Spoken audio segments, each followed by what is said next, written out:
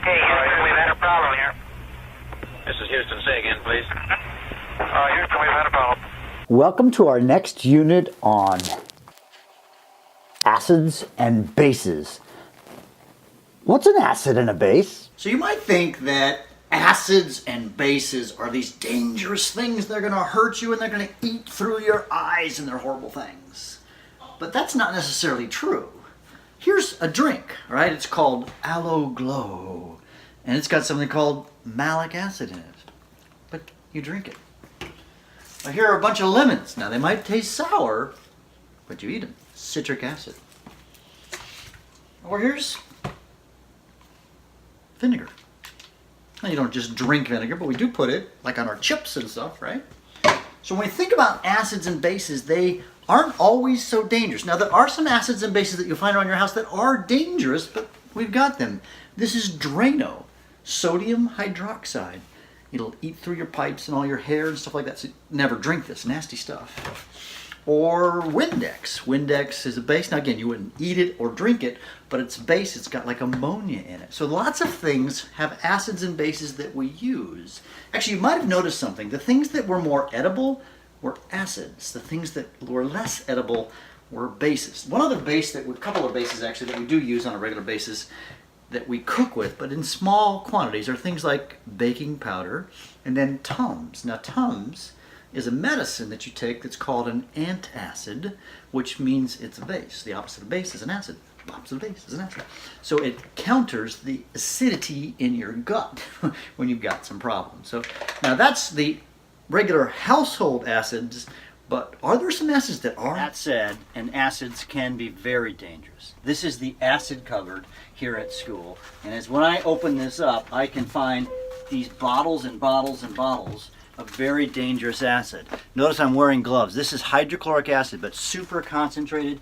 If you get this in your eyes, 3 seconds and you'll never see it again. You might even notice there's a separate little cupboard inside this, because this is nitric acid. And the nitric acid, you can't quite see it, but down here is the most dangerous.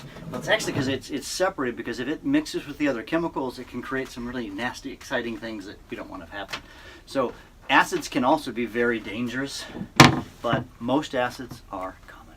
So hopefully you realize that not all acids and bases are these horrible things that you don't want, etc. So let's talk about acids and base properties. Let's copy down this table.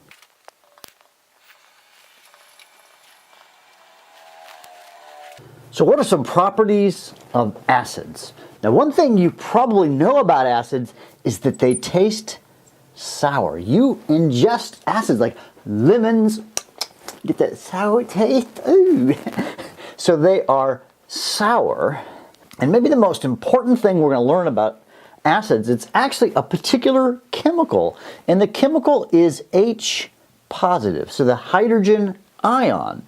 So sour things is actually things with this H positive. More on that later. And examples of this might be, well, citric acid, which you find like in citric fruits, like a lemon or like a lime. Or you also have something called malic acid. You ingest this all the time in different things. Another one that you are very commonly ingesting in your body is something called carbonic acid. That's the acid in a can of soda. And then there's other acids a bit more dangerous, like hydrochloric acid or sulfuric acid. These are things you wouldn't want to ingest in your body. Now what's true about the bases, right? The bases, first of all, are slippery. Bases are slippery. There you go. So bases are slippery. You might think of this like soap is slippery. And so slippery as they are, that's pretty awesome. You know, in the last unit we talked about how soap works. Remember they have the hydrophilic and the hydrophobic portion. And actually, you know, the way you make soap is you take a strong base, you mix it with fat, literally like fat, like animal fat. That's how they used to make it. You used to take something called sodium hydroxide. That's an example of a base. You take the sodium hydroxide, which they commonly called lye, L-Y-E, and then you mix it with fat, animal fat, and that's how they used to make soap. And to some degree they still do. They just add some smelly things to make it nice and pretty and all that. So it's slippery, and there's a specific chemical that makes a base, and that is hydroxide ions. All right. Another thing besides sour, bases have a bitter taste. So when you taste something bitter on your tongue, you're tasting hydroxide ions. So these are some properties of acids and bases. Some examples of bases besides sodium hydroxide, one might be noted as baking soda. That's a base. Ammonia, which is NH3, that's a base. So lots of common bases, and you might discover that did I say this in that video? And just to add some sort of context to all this stuff, you know, we all got a tongue right here, right? So I got a tongue diagrammed right here. And if you look at the tip is where we taste sweet things, and then we've got salty, and then we've got sour. Let's talk about the sour. So when you taste something sour on part of your tongue, then what you're tasting is hydrogen ions. It's like you have a detector, right? You do have a detector called your taste bud that's looking all day long for hydrogen ions. And when it detects hydrogen ions, you go, sour. And then, of course, there's also the bitter section, and that's all the time. It's a detector. It's like a chemical detector looking for hydroxide ions. And when that happens, you go, oh, nasty, bitter things. An interesting thing to note is that we can detect bitter things in a much smaller concentration, we would say, a smaller amount. And that's because most bases are poisonous to the human body. So it's like a built-in defense mechanism for us. And the last thing I want to talk about in this particular video is the naming of acids. Now, what has acids all have in common is this hydrogen. And so what we've got this, well, copy down this table and we'll use it.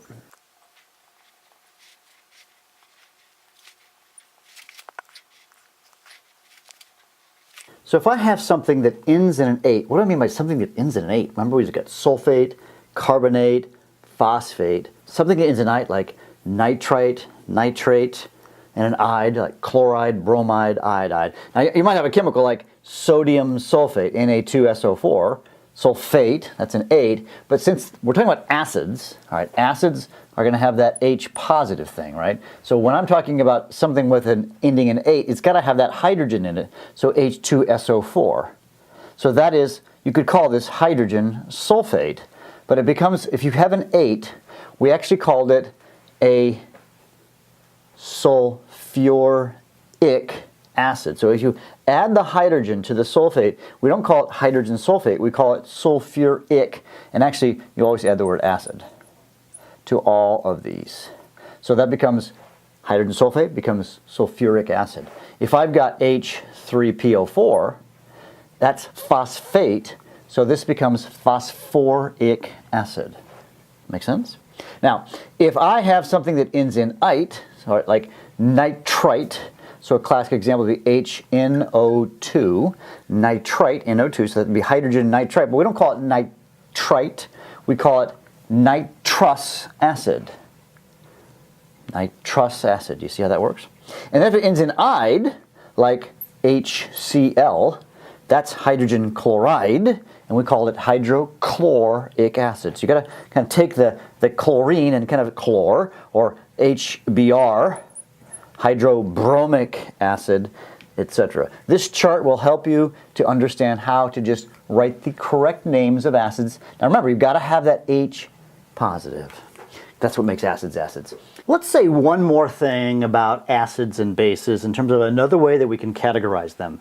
You can say that acids are either monoprotic, diprotic, or triprotic. Now think about the word protic. Protic comes from the word proton, and what's a proton? It's an H positive 1.